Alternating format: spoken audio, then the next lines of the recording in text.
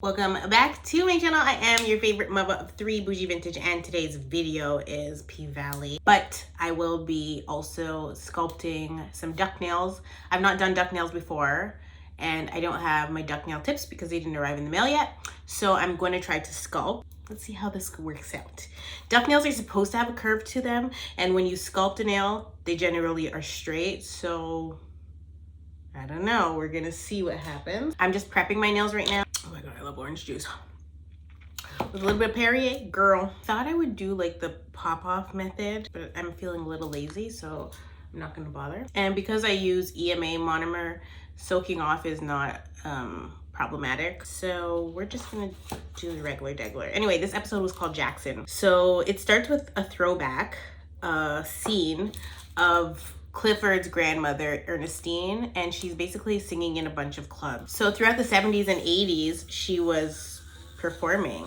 She was on tour. I said, okay, big bottle. Okay, I see you, Ernestine. She was getting to the tour bag. So yeah, she was performing in various clubs, but obviously she would perform at the Pink as well. And so they show Clifford as a child watching his grandma perform, and his face is just lit up like the 4th of July. And we actually see his mother as well. And they've always been calling him Uncle Clifford, which I thought was strange. Like in the scene, his mom had called him Uncle Clifford, and I was like, oh, why are they calling him Uncle Clifford when he's a baby? He was literally like 3. So then the scene transitions into present day, where Grandma Ernestine is hallucinating, or she's dreaming, and she's inside the Pink, and Clifford's mom is wearing a white dress and she's holding a drink, and she's basically calling her mama to the light, okay?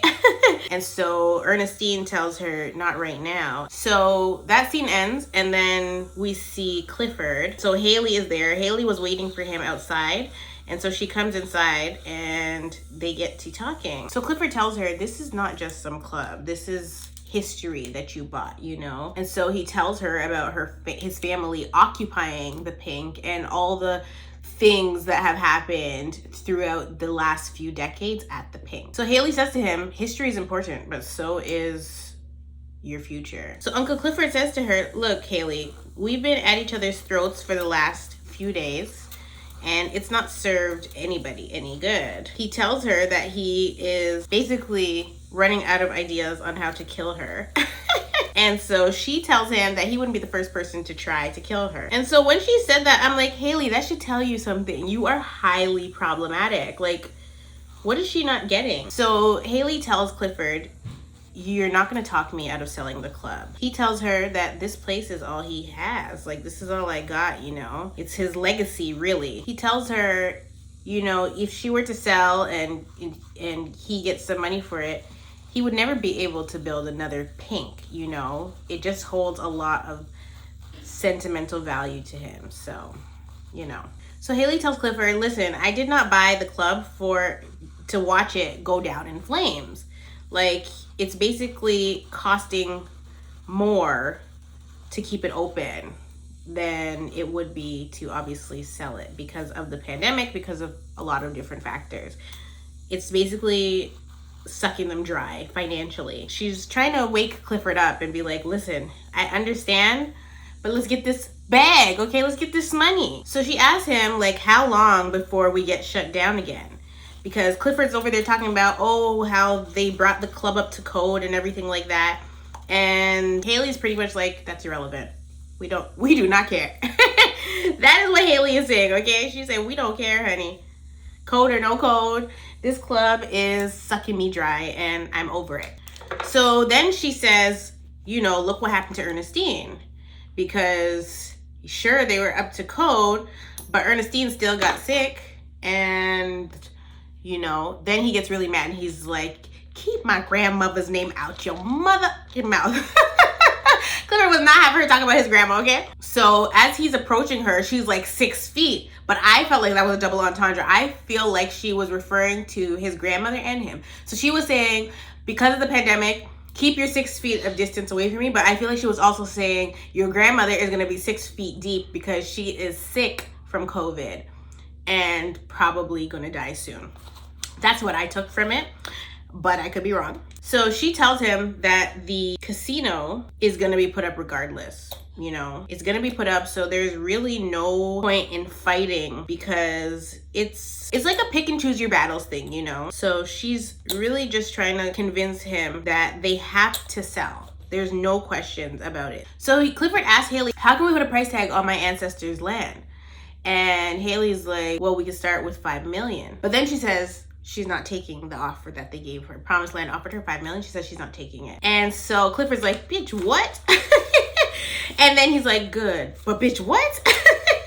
Because $5 million's a lot, but Hailey has always made it very clear that she wants 10. She knows her worth, and that's what it's gonna be. So just before I get to actually filming my nails, I've done the prep work. I haven't put my primer on yet, but I've done the prep work, and I am using my Zoeve.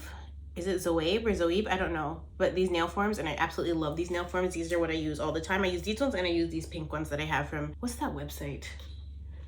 It's in the UK. From Neo Nails. So because she wants the $10 million, she is refusing the $5 million offer. So Hailey starts flipping it and saying that she is gonna get what him and his ancestors are worth. He starts telling her, listen, Hailey, don't piss in my mouth and try to tell me that it's Kool-Aid, okay? Because this is not about me. This is about you and what you want. And he's very right.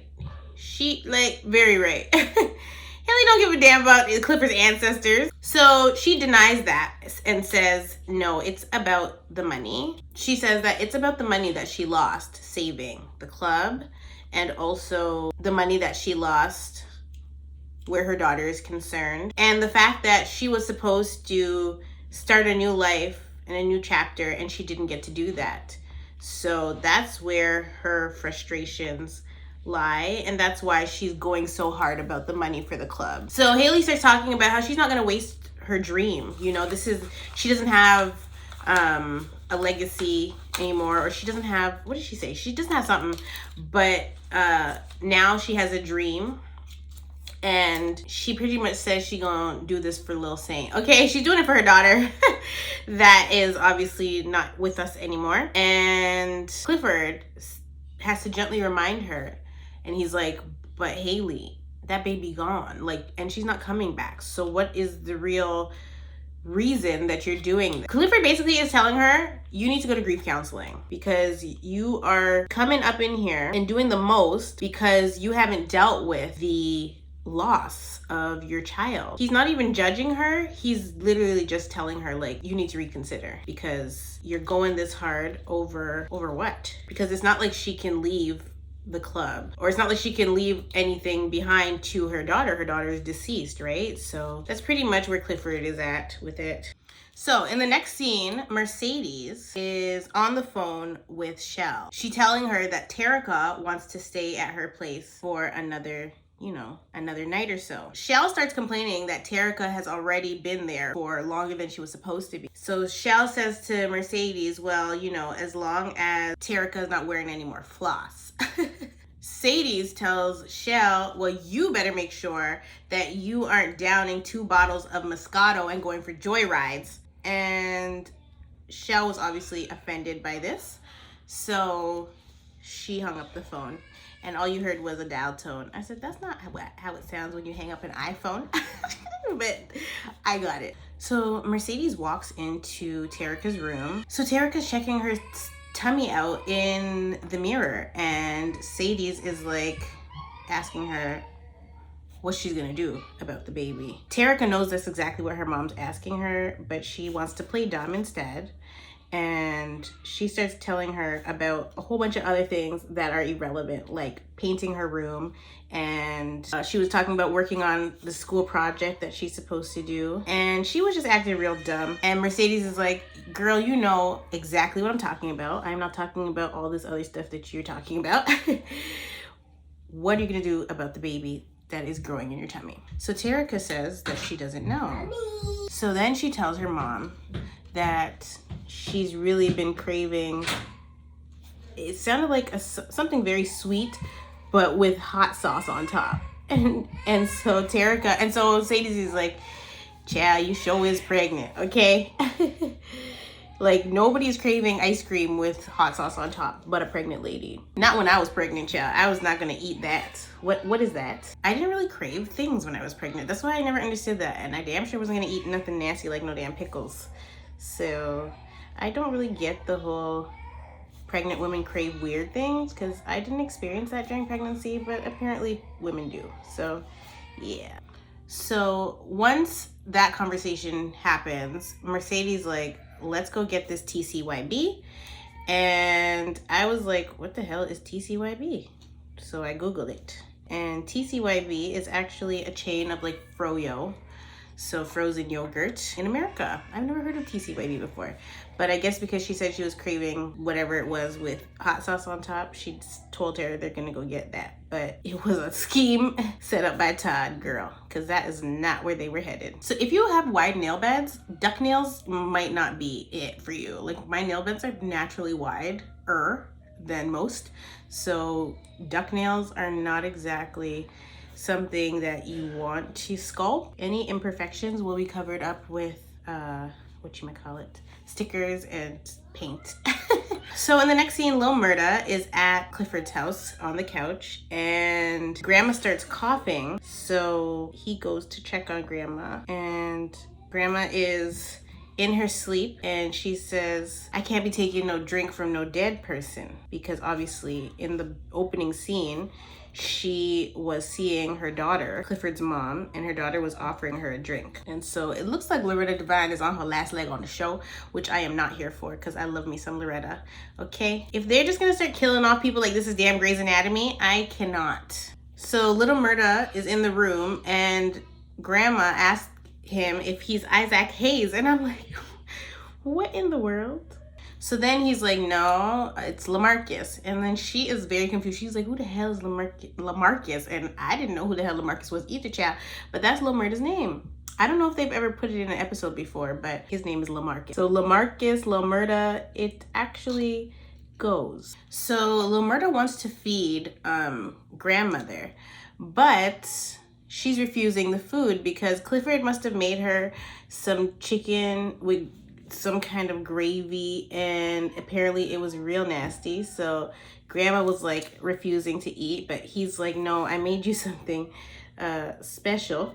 Tells her to sit up because he cooked something for her. And I'm like, oh, Lil Murda can cook? That's such a random little thing that they included in the show. He made her a mean old plate of soul food. Okay, he had collard greens, pork chops smothered with I don't know what a smothered pork chop is. Y'all know I don't be eating pork. Oh my god, these are so thick. I can't. What year is it? But yeah, grandma was refusing the food because she said that the food that Clifford made for her was gonna take her out faster than the Rona would. And I'm like, I cannot. She's so funny. How could they kill her character? Oh my god. Maybe Loretta Devine has other engagements that she needs to go and handle, so instead of postponing filming, they're just gonna write her out. But girl, we need us some grandmother. So grandma starts eating Lil Murda's food, and she is thoroughly impressed. Like, she is living for all the food that he can cook for her. So because she likes the food, she calls him Chef Negro D. And I was on the floor. I'm like, I cannot. What the hell? No. These nails are a complete and utter fail. I'm gonna have to do so much filing. The goal was to do minimal filing. That is not happening, especially on this middle nail. Good God almighty. So much for not doing the pop-off method, because these nails definitely these are getting soaked off. I will wait till my tips come before I try to do duck nails again, because sculpting them is not it. So grandma tells him, if you keep throwing down like this, it's gonna be a problem. And he thinks that she's flirting with her, so he tells her to stop flirting, because obviously he gay, but obviously also she's a grandma. But grandma says, I ain't talking about me. I'm talking about Clifford, okay? So he tells grandma, oh, well, he kind of messed that up, so hopefully she could put in a good word for him. And she tells him, well, if you keep cooking like this, I will. I'm feeling the duck on my smaller nail beds, but on that middle nail, I think I just messed it up. I'd probably take it off and do it again, but Not today, chill. This is my first time sculpting duck nails. I don't know why I'm being so hard on myself. Like, I ain't never done this shape before, so why am I acting like I know what I'm doing? And also, it's not really a nail that you sculpt. And also, I'm so used to doing long nails, so like this duck business, shorter nails. Maybe next time I'll do some extra long duck nails, because that'll probably be better for me. So because of all the food that Lil Murda had cooked, Grandma starts talking about she smells something. She's like, you know what? I smell something else. She's staring like really blankly. And so he's like, oh, I got some peach cobbler in the oven. And she's like, not that. She says, I smell death. I said, ooh. So then she goes on to say, I smelt it on you the other night, all that blood. And then Lil Murda just kind of looks panicked. He doesn't respond to her. He doesn't say anything. He just has this bewildered look on his face. So in the next scene, Keyshawn and Crazy Derek and their 2 kids are at the grocery store. So at the grocery store, Derek is acting like daddy and husband of the year. You know he is. But in the distance, you see Hailey spying. So Hailey is looking at Keyshawn. Keyshawn spots Hailey and obviously has to devise a plan to go and interact with her, because she can't let Derek know that somebody that she is friends with or knows from the strip club is there. So Keyshawn quickly says to Derek, you know, I have to go and get some more makeup for my situation. He says, okay, meet us at the checkout. So she goes into the makeup aisle, and of course, Hailey meets her in the makeup aisle. So when they're standing in the makeup aisle, Hailey pulls down Keyshawn's mask, and she is like, I see you didn't use my gun. Keyshawn kind of starts making excuses as to why she didn't use the gun yet, and saying like, you know, she has the kids there, like it's too much. She tried to, but like she just can't bring herself to do it or whatever. So Hailey starts looking at Keyshawn like reassuringly, and she tells her there's other ways that you can get out of this mess. And you hear the babies that are with their dad, obviously. You hear them kind of losing it in the store. Very common. If you're a mom, you already know what time it is. But yeah, you hear the babies crying and stuff. And then of course Derek calls for Keyshawn because she's taking too long. Once he calls for her, she's like, I gotta go. And she leaves Hailey there in the store. So in the next scene, Uncle Clifford comes home and he's like, hello, and nobody's responding. So he's like, grandmother, little homicide. And I was dying. I'm like, not little homicide. Yeah, he's calling to them and nobody's responding. So he gets kind of freaked out. He gets panicked and he starts running through the house looking for them. So he runs up to grandmother's room, and obviously she's in there resting, and Lil Murda is sitting there as well. And she starts cussing Lil Murda out because they weren't responding to her, and she's thinking, or he's thinking, the absolute worst has happened. So he was frustrated with the fact that they weren't responding. So then Uncle Clifford asked about grandma's temperature, and Lil Murda says that she is 101. And then he asked about her blood sugar, and Lil Murda says 120. And I said, 120 sugar? As if 120 was my mom's sugar, she would be in a coma, okay? Because my mom is supposed to be at like between like 5.5 and like 8 max all day. That's what her sugar is supposed to be. So 120 is more so giving blood pressure reading versus blood sugar. So I don't know if whoever wrote the script was not aware that you cannot have 120 sugar, or I don't know what the meter that they have is. 120. What is that? You cannot have 120 sugar. Like even me, like I can't have 120 sugar. That's crazy. Murda ends up being a great grandma sitter, and so he ends up offering Clifford something to eat. So Clifford is obviously starving, so he says yes. Of course, Clifford is extremely impressed with Lil Murda's cooking skills. They actually get to talking about Hailey and what's going on about the club and whatever. So because of the deal that Hailey was offered, Clifford in this episode refers to her as Autumn, Lakeisha, Robin, Rihanna, Fenty. Because one thing we know about Miss Riri, she be getting to the big bag, okay? And so he says one thing about Hailey is that she is not dumb. You know, she has a lot of sense where the money is concerned. But I love that it's a reoccurring theme that they play with Hailey's name every episode, whether it's Corbin or Clifford, somebody is calling Hailey the wrong name. So I think that's really funny for the viewer. When he tells Murda about the $5 million deal, he says 33%, that's $1.65 million for you. Uncle Clifford's like, what you said, little calculator? And I was crying. I'm like, I can't. Not little calculator. He can cook, he knows math, and he is on the radio getting his rapper bag. Come on, Lil Murda, you doing the damn thing. So Lil Murda starts talking some wisdom about love and money, and you know, he's kind of offering Clifford advice. And so Uncle Clifford starts pressing him about him crying in his sleep the other night. He denies it, and he ends up getting up abruptly and walking to the sink to put his plate in the sink. Or it might have been to like get a cup. I don't remember what it was. But either way, he got up from the table. He didn't want to talk. Clifford realized that obviously he didn't want to talk. He basically told him, you know what, let me go get you some clothes because obviously you're going to be here another few nights. So in the next scene, Tarika is being driven by a Mercedes. They're in the car and WAP is playing, or WAP. So Megan Thee Stallion, Cardi B. So that's playing and Tarika is singing along word for word. After Cardi says, make that pullout game weak, Mercedes ends up turning the volume down. And she's like, now I know you are not singing this song word for word, bar for bar in your current condition. Tarika's like, well, how do you think I got in this condition? And I said, Tarika, your mouth is too damn smart. By the way, I thought Tarika was 16. Tarika is 14. So this is crazy. Her mom responds to her and she's like, clearly by being dumb. Yeah, that part. So she tells her, look, the next time you decide to slip up, please let me know within 72 hours so we can get the plan B situation situating.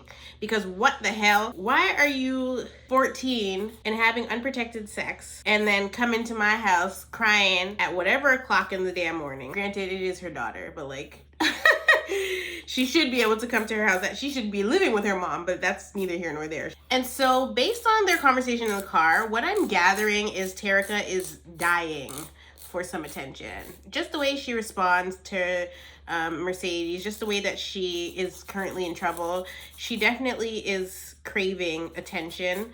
Obviously, she has her reasons, you know. She didn't have the easiest life, and she has two moms, technically, that aren't really giving what they're supposed to give.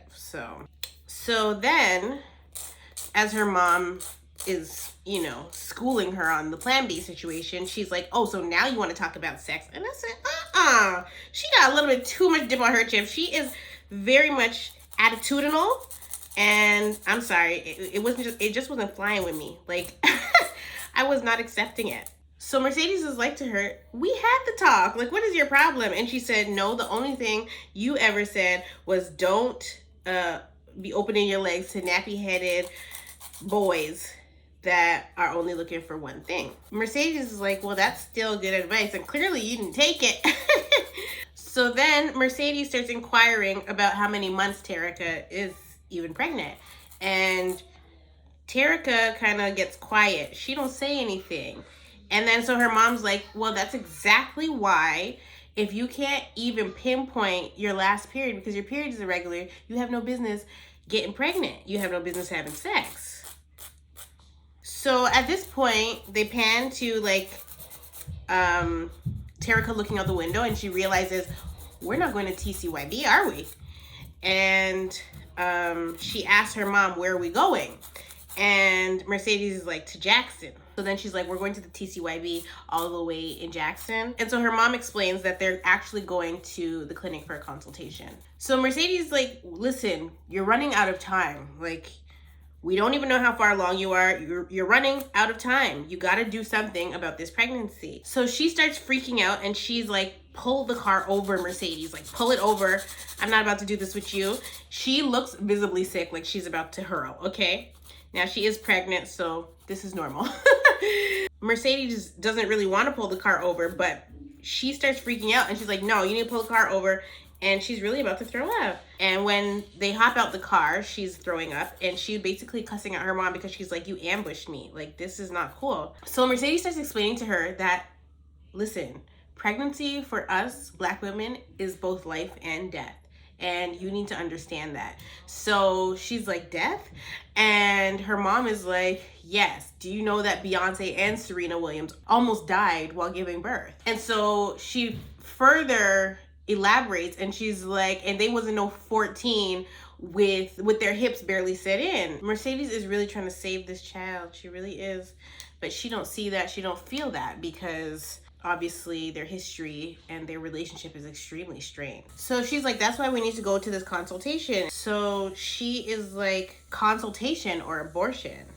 Because the only reason that people even come out here to Jackson with their mamas is to get an abortion. Don't nobody get consultation. And so Mercedes is like, it's an option, you know, abortion is an option. Tarika starts talking about her friend's mom, and that her friend's mom's saying something about abortions causing cancer. And Mercedes is like, listen, that lady and her 2 kids combined are all sharing 2 brain cells.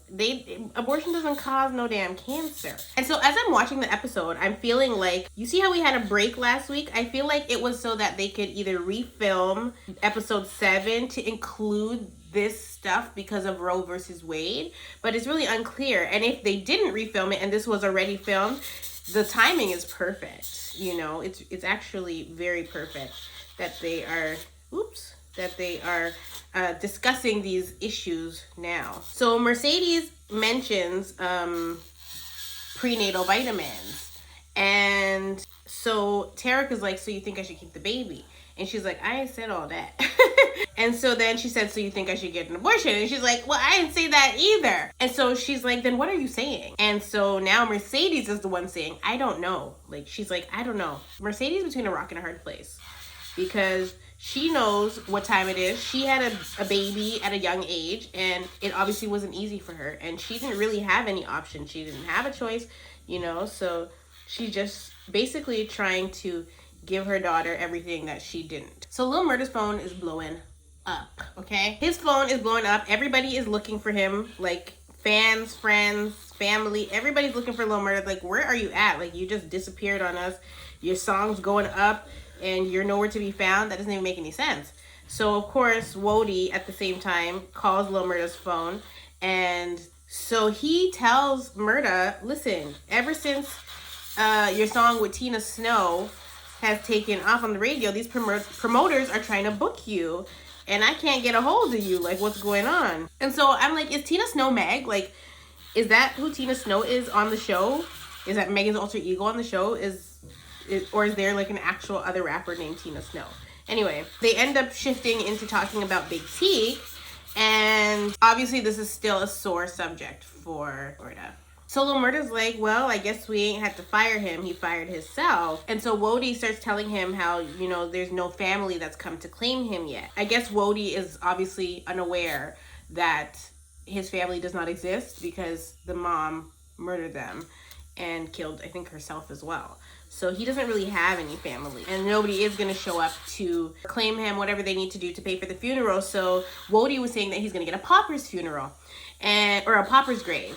And I was like, what the hell is that?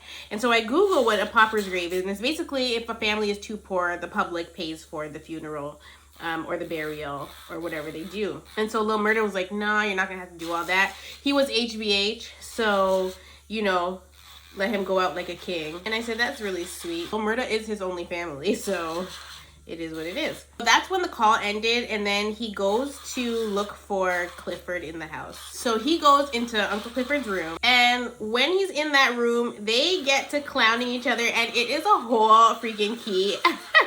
I was dying. Uncle Clifford calls Lil Murda Cisco, and Lil Murda's like, who that? And the look on Clifford's face was, he was outraged that he didn't know who Cisco was. He was looking like, nigga, how old are you? But Lil Murda was actually just joking. He's like, nigga, I know who Cisco is. And if you don't watch the actual show and you don't understand the reference, it's because his hair is blonde. So that's why she called him that. So yeah.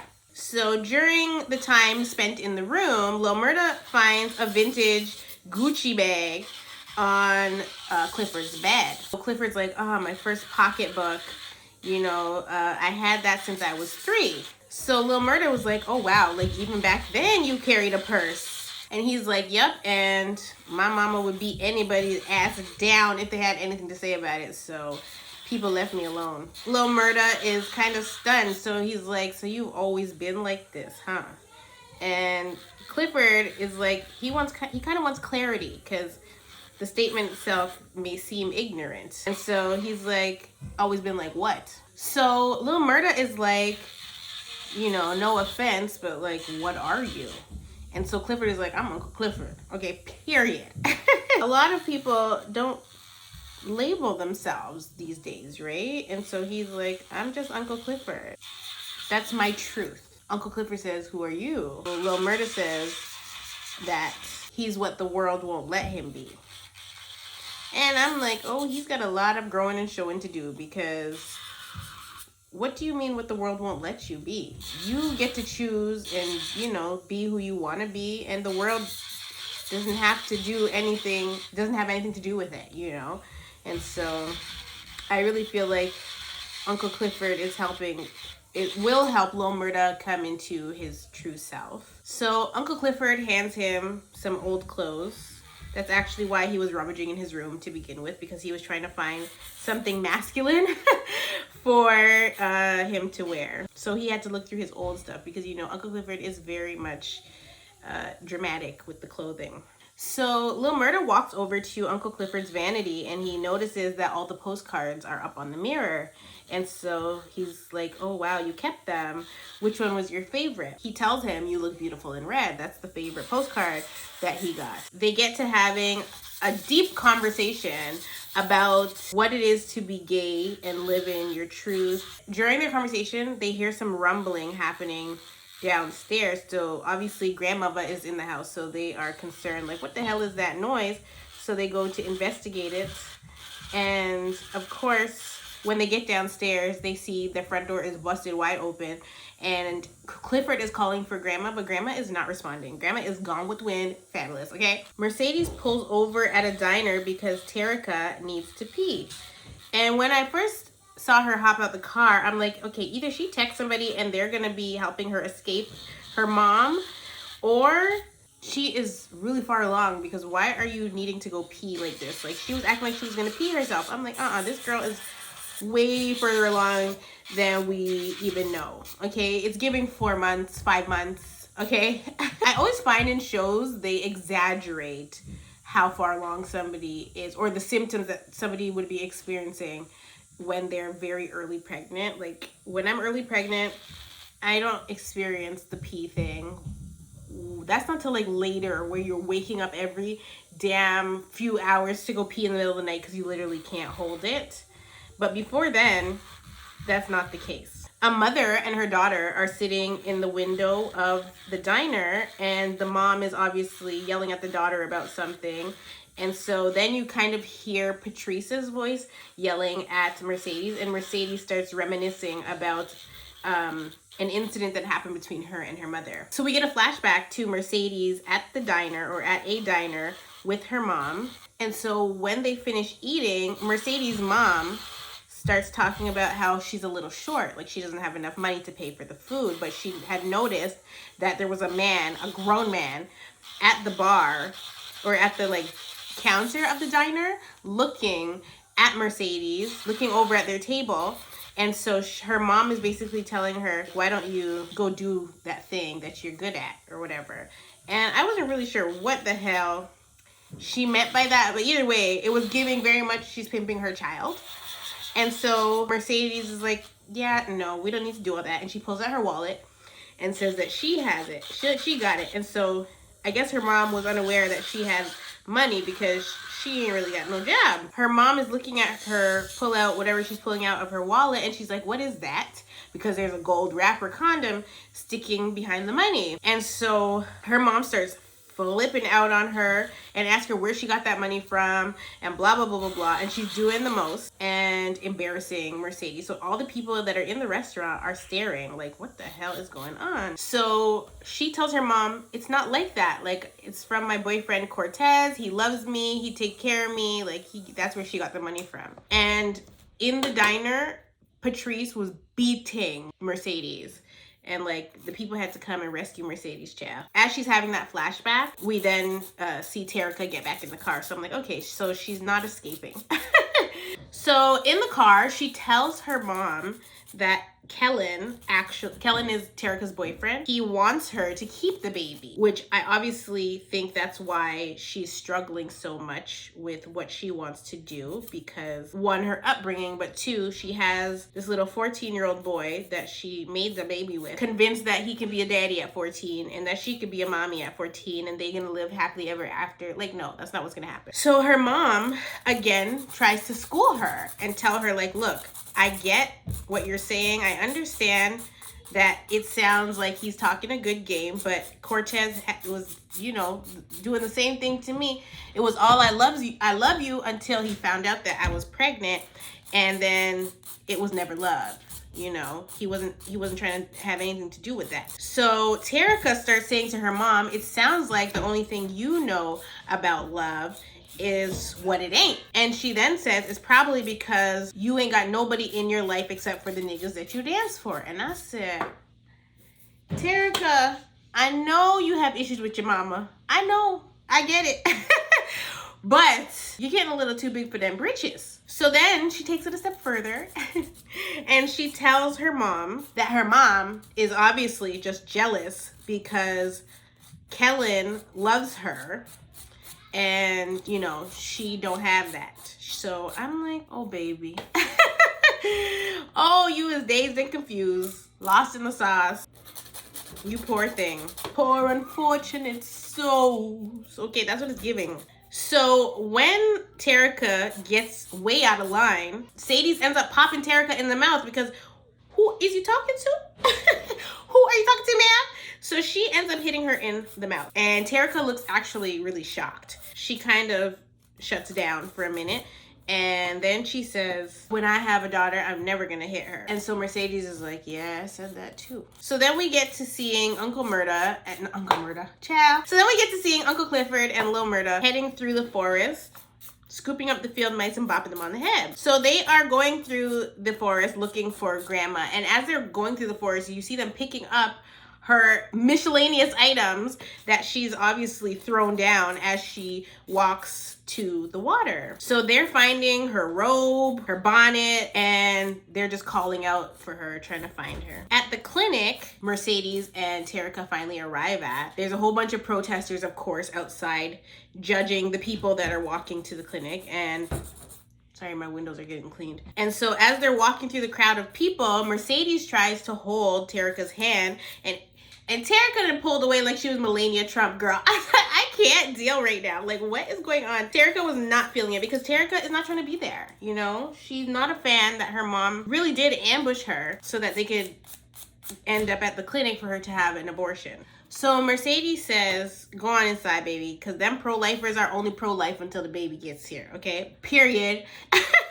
They really are. Like, where are you? Where is the support? Where is the support? She ushers her into the clinic, and then Mercedes hears her mom. She hears her mom calling her name, and she looks back into the crowd of protesters, and she sees her mom standing there with this very stern look on her face. So in the actual consultation, we see the baby, and the ultrasound technician says that she is 14 weeks and 4 days. So she is pretty much at her last chance to get an abortion. They won't do it, I think, past 15 weeks, and she's a few days shy of being 15 weeks. So they got to do it now or never, girl. Now or never. So Tarika asked the ultrasound technician, so you're just gonna suck it out? The ultrasound technician says, if that's what you choose. So once again, Tarika inquires about cancer. And this kind of further lets us know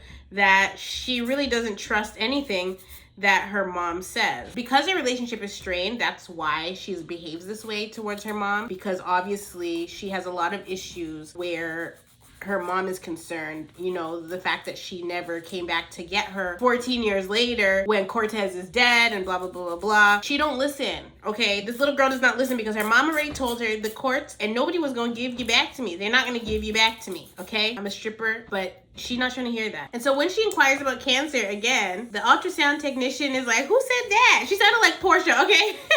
She's like, who said that? No, there are risks associated with abortions, but they are the same risks that are associated with giving birth. And I think that was a really eye-opening statement for Tarika. It was basically the confirmation from what her mom had told her earlier. So Tarika does have to wait the state mandate of 24 hours before they can actually perform the abortion if she chooses to do that.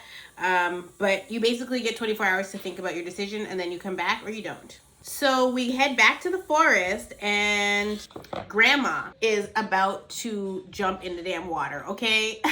She is really losing it. So Lil Murda and Uncle Clifford obviously stop her. They get to her in time. You hear Grandma mentioning the name Beulah. Lil Murda's like, who is Beulah? And so Clifford is like, that's my mom's name. That's my mom. So because they're holding her back from going in the water, she's like, if I can't get in the water, bring the water to me. So Lil Murda goes over to the water and he soaks her bonnet in the lake water and he brings it over to Grandma, pours it onto her head or squeezes it out onto her head. So Lil Murda is looking at Grandma's fingers and he's like, Clifford, her fingers are blue. This is not good. We got to get her back to the house.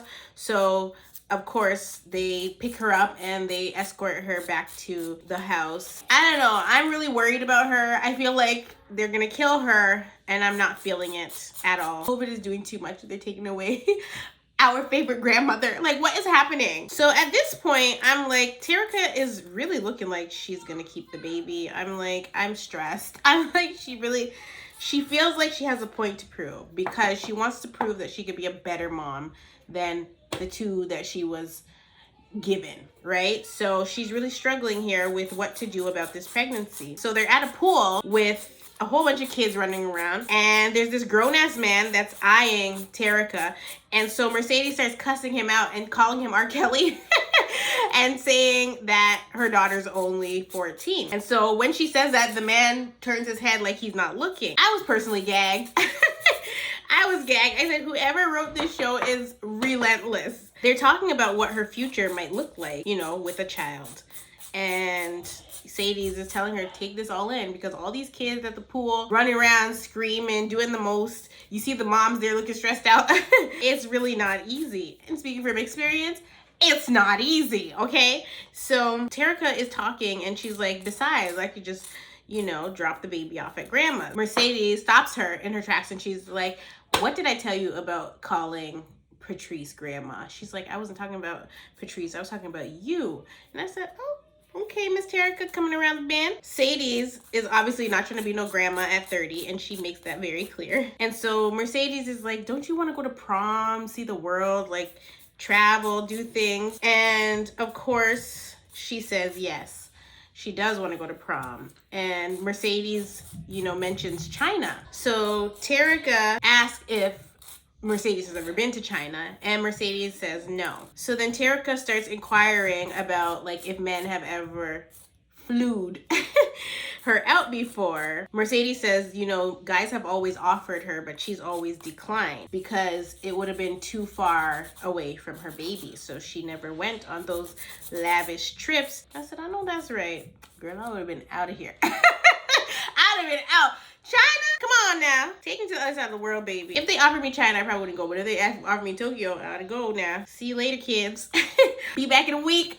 Tarika is saying like she just doesn't know. And so Mercedes starts asking her, what do you want for yourself? Forget about, you know, me. Forget about your little boyfriend. What does Tarika want for Tarika? And I thought this was such a powerful scene and a really important question. And you could tell on Tarika's face that she never even thought about that before because she's so busy trying to prove something. Everybody's trying to prove something. Mercedes is trying to prove that she is not just a stripper. Tarika is trying to prove that she could be a better mom than her mom was and then Shell was. And so nobody's winning here because everybody's trying to prove instead of living life. I ain't got to prove nothing to nobody. And one thing I've learned is you should always consider yourself. I cannot believe I have duck nails. This is them so far. Like, they're really spreading. I really wish they were longer. So now it's nighttime and the paramedics have arrived to take grandmother to the hospital. Obviously, because she has COVID, she just keeps saying she doesn't want to die alone. She doesn't want to die alone. Cliff can't go with her. So Lil Murda and Clifford are basically just seeing grandma off. So now we're at a motel, right? And I am like, how come every time we see Tarika, her tummy is getting bigger and bigger in every scene? I'm like, did y'all shoot these on different days and you couldn't get the tummy size right? And literally every time we saw Tarika, her tummy was bigger. And I'm like, this is not how pregnancy goes. Like, by the end of the episode, she's gonna be 9 months. Like, what is going on with the way her tummy is growing? Once again, they get to bickering about why Mercedes did not raise Tarika, which we already know, and we are tired, okay? We already know. So I don't know why Tarika keeps bringing it up, but obviously she needs to go to therapy. And she's only 14, so her brain can't even really process it at this point. So she's gonna keep, you know, bringing it up, and it's a sore spot, you know, they both have to deal with it. And so you can see that this is why she's so conflicted about what to do about this pregnancy. So she runs into the bathroom and she's sliding down the wall, child. I said, this is too much. Like, she's literally in the bathroom sliding down the wall because of the argument that her and her mom are currently having. Mercedes is actually looking into the mirror at the motel, and all she starts seeing is Patrice. She starts seeing herself as the younger version of Patrice, so when she was pregnant. And so she's like, mumbles, God help me. So as she's talking to Tarika, she tells her, Tarika, I'm trying. And Tarika tells her, you never had to prove anything to me. You just needed to be my mama. And so Tarika tells her, you know, it's too late. It's too late to try. Tarika starts expressing herself and she starts saying she's not going to be like her or Shell. She's like, I'm not going to have my baby ever wondering if I wanted to get an abortion, and I'm not going to drink to forget about my baby's existence, because those are the two mothers that she had. So Mercedes starts saying, like, you know, I effed up a lot. I know, I'm acknowledging it. Like, there's no denying that. And so she clarifies once again, yes, I did consider having an abortion, but that's all I did, consider it, because Patrice was never gonna have that. She wasn't gonna allow me to have an abortion. She didn't give me a choice, and even though that's the case, I am forever grateful. So then she starts telling Tarika, sometimes God uses the devil to give you your biggest blessing. So she's trying to tell Tarika that you are my biggest blessing, even though the devil, aka Patrice Woodbine, is the one that made it happen. So then she tells Tarika, all I ever wanted was for you to have choices, because I didn't have a choice. So at this point in the conversation, Tarika opens the door. She comes out and she's crying, and she says, she asked her mom if she thinks that anybody is ever ready to become a mom. And she says, no, and we both know I sure wasn't, you know what I mean? I was just thrown into it. So she's like, we have a lot of lost time to make up for when we get back home. She's like, what do you want to do about your room? T's like, you mean for the baby? Mercedes is like, no, for you. What color you want to paint it? Green. And Tarika is looking shocked. And she's like, how you know that? And I literally said, girl, that's your mama. And then Mercedes is like, cause I'm your mama. And I was giggling like a little piglet. I'm like, I know that's right. See, Tarika has the game messed up. She thinks that her mom don't care about her because she didn't come back for her, when she's literally her world. Things are just messed up, you know? And sometimes that is the situation, and there's no rhyme or reason for it, you know? But Mercedes is trying her damnedest to show Tarika, like, this ain't what you think it is. No matter what she does, Tarika doesn't seem to get it. But this whole situation is like a God moment, because it's like, this is gonna bring their relationship full circle. So she's still crying a bit, and then the scene ends. So in this next scene, Clifford is in the shower. He is crying profusely. Obviously, you know, he's already lost his mother. Now he's feeling like he's gonna lose his grandma. He's just overwhelmed. When he gets out of the shower, Thong Song by Cisco is playing, and Lil Murda was in Uncle Clifford's closet dressing up to the nines, okay? Lil Murda was in there dressing up in a feather boa. His outfit was a whole mess, but I was living for it. So Lil Murda gets to voguing, and Clifford is getting in a whole key. He is living for this just as much as I was, okay? He was like, this is hilarious. He is making fun of Lil Murda because he's like, that is not how you do it. And I don't do that. I do not dance like that. I don't know where you thought or where you learned that from, but that ain't me, chat. So they are dancing and they lay in the bed together. Clifford, of course, starts crying, but he has his back turned to Lil Murda. Lil Murda, he grabs Clifford and turns him over to face him. So things are heating up, okay? It's obviously about to be a lovemaking scene. Clifford grabs a condom and he's like, put this on. Lil Murda's like, we don't need that. I said, ooh. So Clifford is perplexed, okay? He's like, what you mean we don't need that? Like, what are you talking about? Of course we need that, you know? And so Clifford starts inquiring about whether Lil Murda is good or not. Ask him straight up, are you good? And Lil Murda is like, I'm good. Clifford is like negative, good. And he's like, I'm straight, like, I'm good, I'm clean, you know, I don't have no diseases. I'm not about to make you have sex with me with no condom.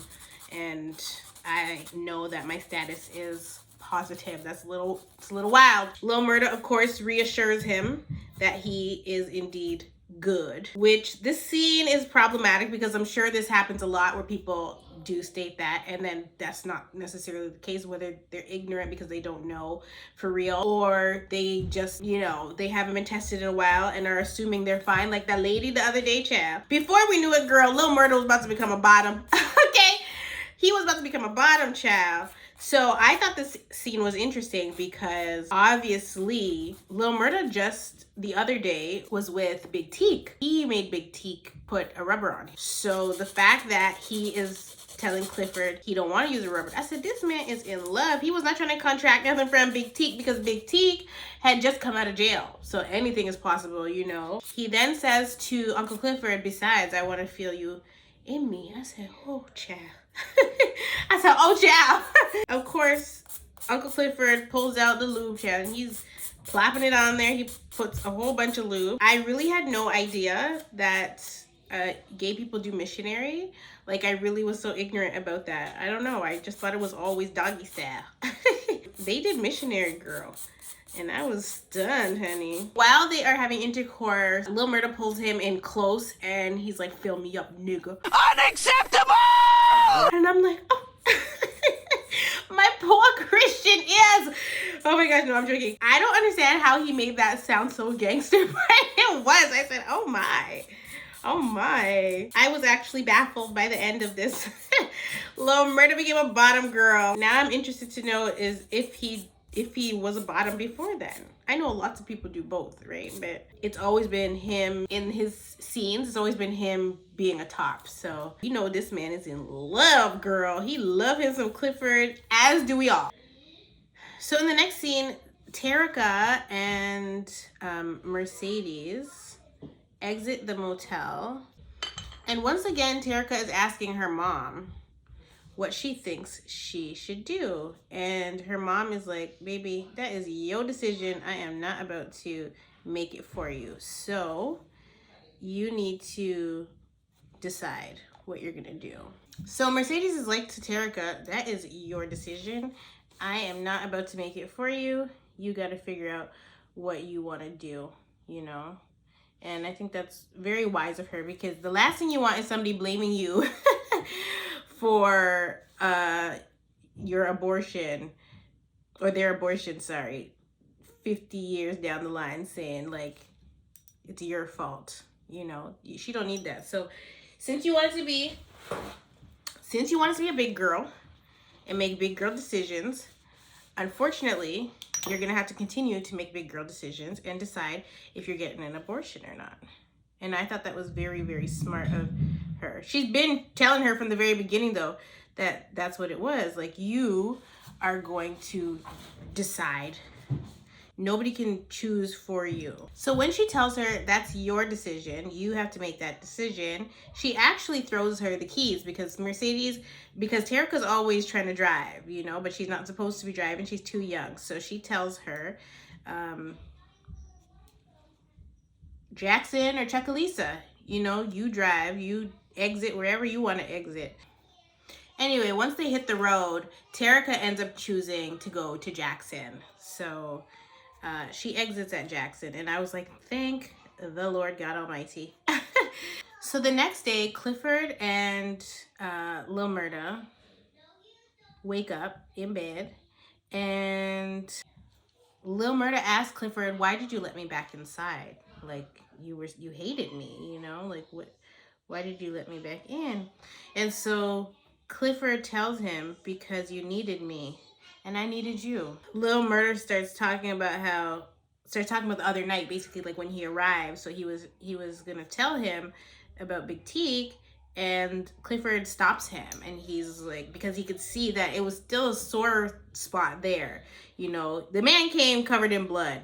You tell me when you're ready. Not right now. So I thought that was good that he did that too, because he obviously was not really ready to talk about what happened. He just felt like he needed to share in that moment when it wasn't really the time. So of course he's holding back tears, and Uncle Clifford is like, I got you. So he just was making him feel safe. So in the next scene, Tarika and Mercedes are at home at Mercedes' house, and they're watching a movie. A commercial had come on with Patrice Woodbine running for mayor. And so Tarika was kind of like scrambling. She wanted to change the channel, but Mercedes was like to her, you don't need to do that because she's just noise, you know? She doesn't have any power here. So Tarika has a question for her mom, and so she's like, Mama, and Mercedes could not even hide her excitement. Like, she was filled with joy because Tarika has always just called her Sadies or Mercedes. She never refers to her as mom, despite the fact that she knows she's obviously her mother. So she asks her mom, do you think I'm going to hell? And Mercedes is like, if you do, I'm gonna be right there with you. And I was like, oh, I know that's right. I wasn't sure about that one. I was like, you gonna be in hell by yourself, child. Yeah, it was a good answer. It was a really good answer. So we're at the final scene of the night, and Autumn shows up to Keyshawn's house. Derek, of course, answers the door, and Keyshawn's like, oh, that's Autumn. She tells Derek, you know, I came by bringing gifts. I couldn't help myself. I was shopping and I saw baby stuff, so I just decided to bring something over for baby Regal. So Autumn takes the baby from Keyshawn, and she begins to tell baby Regal a story about a girl named Hailey. Obviously, she is Hailey. In the story, Hailey is detailing her abuse. So she starts telling the story about Hailey. Hailey starts telling Hailey's story, and obviously Keyshawn is listening intently. Story is very much giving horror, okay? It's very much giving a horror story / fairy tale. It starts off as fairy tale, but then it starts going into horror real quick. Pretty much what she's detailing, she herself waited too long to address the abuse that she was going through, and her baby ended up being collateral damage because of it. And so she's trying to get Keyshawn to understand that is pretty much where you're headed. Look at your eye, ma'am. Look at your eye. And I think Keyshawn knows this, but still she's struggling to leave Derek. So Keyshawn asks Autumn, what the hell are you trying to say? Like, what are you trying to tell me? Because you is talking is very much giving the Riddler. Like, I need you to say what you're saying and say it with your chest now.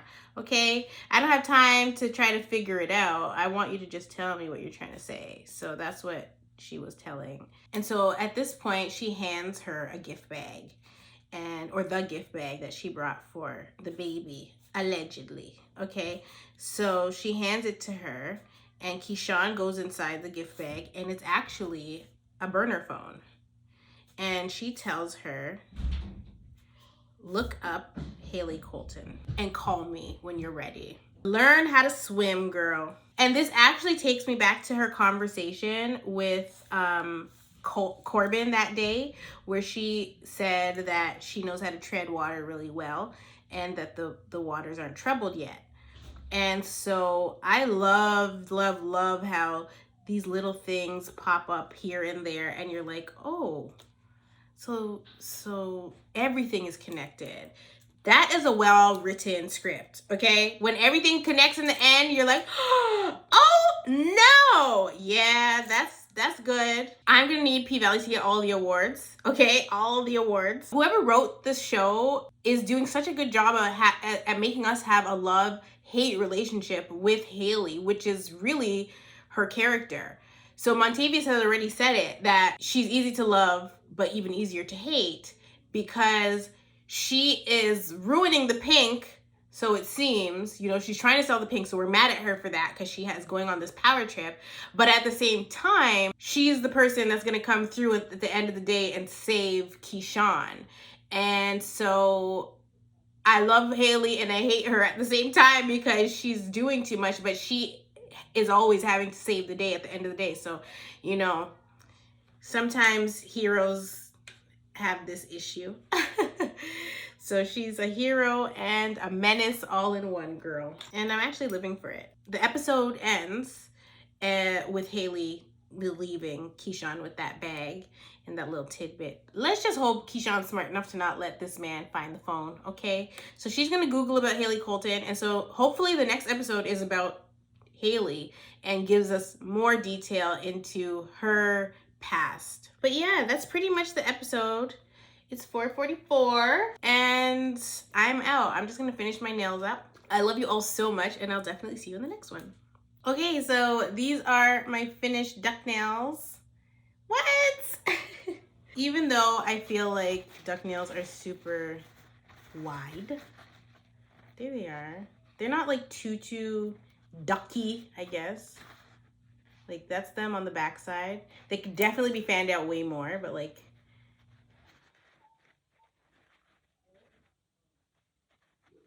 those are them. And I even gave them a little 90s vibe. Quack, quack. Those are my duck nails. Oh my goodness. They're actually really cute. My mom hates them, so I'm gonna go show her the finished product.